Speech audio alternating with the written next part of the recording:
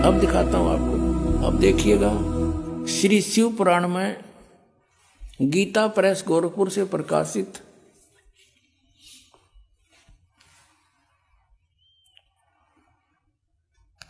ये इसका संपादक कौन है?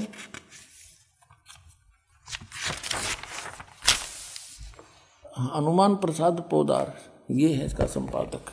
और ये कहाँ से छपा है? प्रकाशक एवं मुद्रक हैं गीता प्रेस गोरखपुर, गोविंद भवन कार्यालय कोलकाता का संस्थान। ये इनके फैक्स और फोन नंबर है। अब इसके 98वें पृष्ठ से हम आपको सुनाएंगे, थोड़े से ही लेख में कंसेप्ट क्लियर हो जाएगा। ये रुद्र संहिता और ये 5वां अध्याय यहाँ अंत होता है। इसके लास्ट से लेंगे, से लिंक बन जाता है। अपने पुत्र नारद की यह बात सुनकर लोक पिता ब्रह्मा वहां इस प्रकार बोले। ब्रह्मा जी ने कहा, ब्रह्मन, ये 6वां अध्याय है रुद्र संहिता का शिव पुराण में, तुम सदा समस्त जगत के उपकार में ही लगे रहते हो। तुमने लोगों के हित की कामना से बहुत उत्तम बात पूछी है। जिस समय समस्त चराचर जगत नष्ट हो गया था, सर्वत्र केवल अंधकार ही अंधकार था, उस समय तत्सद्ब्रह्म इस श्रुति में जो सत सुना जाता है एकमात्र वही शेष था। अब 100 पृष्ठ पर आ गया, 99 पर 98 पर पढ़ लिया संक्षिप्त शिव पुराण। जिस परब्रह्म के विषय में ज्ञान और अज्ञान से पूर्ण उक्तियों द्वारा इस प्रकार विकल्प किए जाते हैं, उसने कुछ काल के बाद द्वितीय की इच्छा प्रकट की। उसके भीतर एक से अनेक होने का संकल्प उदित हुआ। तब उस निराकार परमात्मा ने, ये निराकार मानते हैं ब्रह्म को, ये ब्रह्म से शुरू होते हैं इनकी कहानी, अपनी लीला शक्ति से अपने लिए मूर्ति आकार की कल्पना की। जो मूर्ति रहित परम ब्रह्म है उसकी मूर्ति भगवान सदाशिव है। अर्वाचीन और प्राचीन विद्वान उन्हीं को ईश्वर कहते हैं। उस समय एकाकी रहकर सब इच्छा अनुसार विहार करने वाले उस सदाशिव ने अपने विग्रह से, विग्रह माने शरीर से, स्वयं ही एक स्वरूप भूता शक्ति की सृष्टि की। अब देख, काल ने बका दिए, क्योंकि उसने एक अपने शरीर से आप एक लड़की निकाली जो उनके अपने शरीर अंग से कभी अलग होने वाली नहीं थी। उस पराशक्ति को प्रधान प्रकृति, दुर्गा को प्रकृति भी कहते हैं। ये देखो शिव पुराण भी स्पष्ट करा, प्रधान भी उसी को कहते हैं। गुणवती माया बुद्धि तत्व की जननी तथा विकार रहित बताया है। वह शक्ति अंबिका कही गई है। उसी को प्रकृति, सर्वेश्वरी और त्रिदेव जननी, तीनों देवताओं की माता, नित्य और मूल कारण भी कहते हैं। सदाशिव द्वारा प्रकट की गई उस शक्ति के 8 भुजाएं हैं। कति कंसेप्ट क्लियर हो गया कि ब्रह्मा विष्णु महेश की माता दुर्गा है और पिता यो ज्योत स्वरूपी निरंजन सदाशिव कहलाता है। नाना प्रकार के आभूषण उसके श्री अंगों की शोभा बढ़ाते हैं। वह देवी नाना प्रकार की गतियों से संपन्न है और अनेक प्रकार के अस्त्र शस्त्र धारण करती है। और एकाकिनी होकर भी वह माया संयोग वसात अनेक हो जाती है। वे जो सदाशिव हैं, जो इनका पिता है, दुर्गा का पति, उन्हें परम पुरुष ईश्वर, शिव, शंभु और महेश्वर कहते हैं।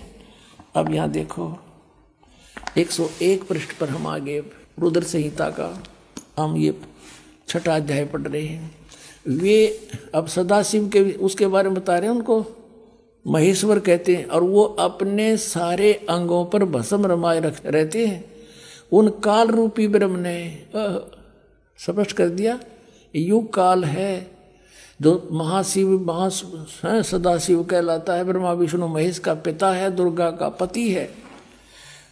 उन काल रूपी ब्रह्म ने, काल रूपी ब्रह्म कहो, इसको सदाशिव कहो, ये ज्योत निरंजन काल कहो, उन काल रूपी ब्रह्म ने एक ही समय शक्ति के साथ, नाथ नहीं है, शक्ति के साथ, दुर्गा के साथ शिवलोक नामक अक्षेत्र का निर्माण किया था। यानी सबसे ऊपर एक गुप्त स्थान बना रखा है इसने।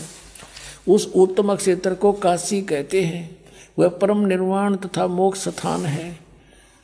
सबके ऊपर विराजमान है। वे प्रिय और प्रियतम रूप है।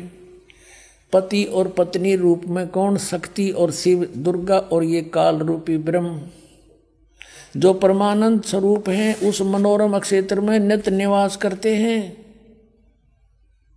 मुने शिव और शिवा ने प्रलय काल में भी कभी उस क्षेत्र को अपने सानिध्य से मुक्त नहीं किया।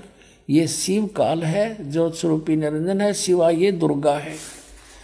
यहाँ देखियो, देवर से एक समय आनंद वन में रमण करते हुए शिवा और शिव के मन में, दुर्गा और काल के मन में यह इच्छा हुई कि किसी दूसरे पुरुष की सृष्टि करनी चाहिए, जिस पर यह सृष्टि संचालन का महान भार रखकर हम दोनों केवल काशी में रहकर सभी इच्छा अनुसार विचरें और निर्वाण धारण करें। इन्हें फिर एक पुत्र की उत्पत्ति का विचार किया। ऐसा निश्चय करके शक्ति सहित दुर्गा के साथ सर्वव्यापी परमेश्वर शिव ने अपने वाम भाग के 10वें अंग पर अमृत मल दिया, यानी पति पत्नी व्यवहार किया। फिर तो वहां से एक पुरुष प्रकट हुआ। अब उसका नाम क्या रखा है इन्हें देखिएगा। अब 102 पृष्ठ पे ये संक्षिप्त शिवपुराण के रुद्र संहिता का 6वां अध्याय चल रहा है।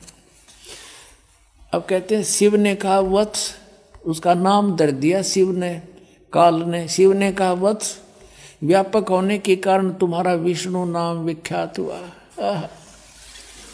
पुण्यात्माओं, परमात्मा कहा करते मोती मुक्ता दर्शत नाई, ये जग है सब अंधरे, दिखत के तो नैन चश्म, इनका फेरा मोतिया बंदरे।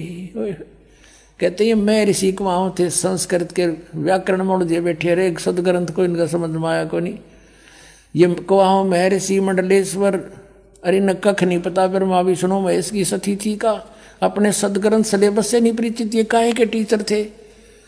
यानी पूरे हमारे मानव समाज को इन्होंने काल के मुंह में ठोके रखा।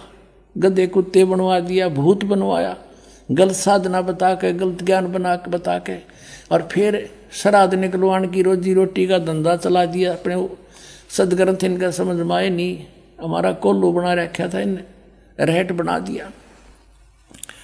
और परमात्मा 600 वर्ष पहले बता गए थे ये बात। पुण्यात्माओं, आज भगवान पहचानने में 2 मिनट लगेंगे। जरा सी बुद्धि से काम लोगे और निष्पक्ष भाव से सोचोगे, मान बढ़ाई नहीं, ईर्षा नहीं होनी चाहिए। क्योंकि इसमें विरोध कौन पैदा कर सकते हैं? जिनकी रोजी रोटी चल रही है, उन आचार्यों की या कोई गुरु पद पर विराजमान है, पर जनता शिक्षित है, उनकी एक नहीं चल रहे, वो आखिर में अपने मुंह की खानी पड़ेगी इन सबको जो बकवाद करेंगे। अब यहाँ स्पष्ट हो गया कि विष्णु जी की उत्पत्ति दुर्गा और काल से हुई, ये इनके माता पिता हैं।